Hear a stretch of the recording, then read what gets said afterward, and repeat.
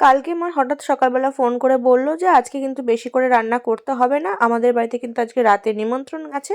তো বললো যে দুপুরেই চলে আয়। আমি আর দুপুরে যাওয়ার রিস্কটা নিয়ে ওকে নিয়ে, কারণ ভীষণ ও মানে ডিস্টার্ব করে গিয়ে, মানে একটু যে শোবো সেটুকু আর কি পাই না, তাও বাড়িতে বসে যেটুকু পাই ওখানে গিয়ে তো সেটুকু পাই না, এত দুষ্টুমি করে পেছন পেছন ছুটতে হয়, আর মা তো কাজে ব্যস্ত থাকে, আর যখন সময় পায় তো সারাক্ষণ ওকে নিয়েই থাকে। তো যাই হোক, আমি গেছিলাম হচ্ছে ওই সন্ধ্যের পর গেছিলাম। তো যাওয়ার পরেই গরম গরম চা খেয়ে নিয়েছি, তখন আর ভিডিও করা হয়নি। চা বিস্কিট খেয়ে নিয়েছি, তারপর বাবা পয়সা দিয়ে দিয়েছে ভাইকে।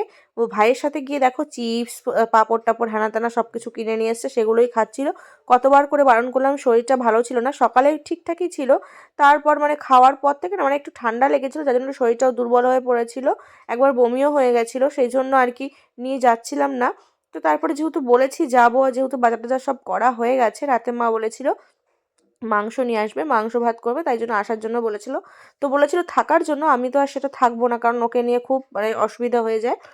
তো যাই হোক, তো এই যে চিপস টিপস নিয়ে এসেছিলো সেগুলোই আমি ভাগ বসিয়ে দিয়েছি প্রত্যেকবারের মতো, ওকে একটু দিয়ে সবটা আমিই খেয়ে নিয়েছি।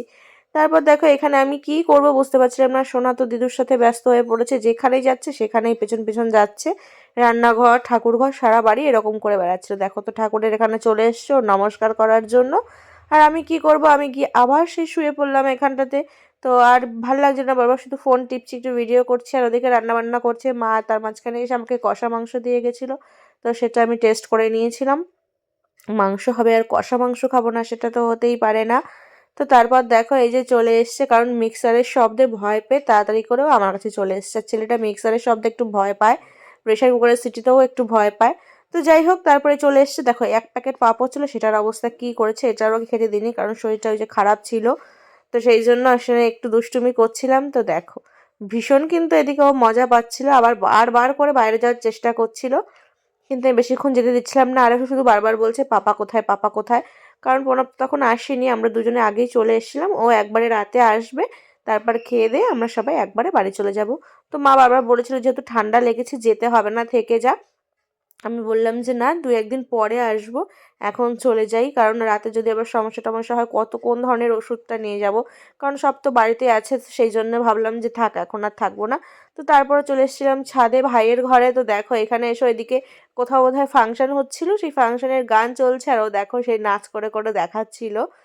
তো এই দেখো কি সুন্দর লাগছিল এই জায়গাটা, আমি কিন্তু ছাদের এখানটাতে আগে আসিনি, মানে ভাই এখানে যখন এসছে তারপরে আমার যাওয়া হয়নি, তো সেদিনকে গেছিলাম, বেশ ভালোই লাগছিল।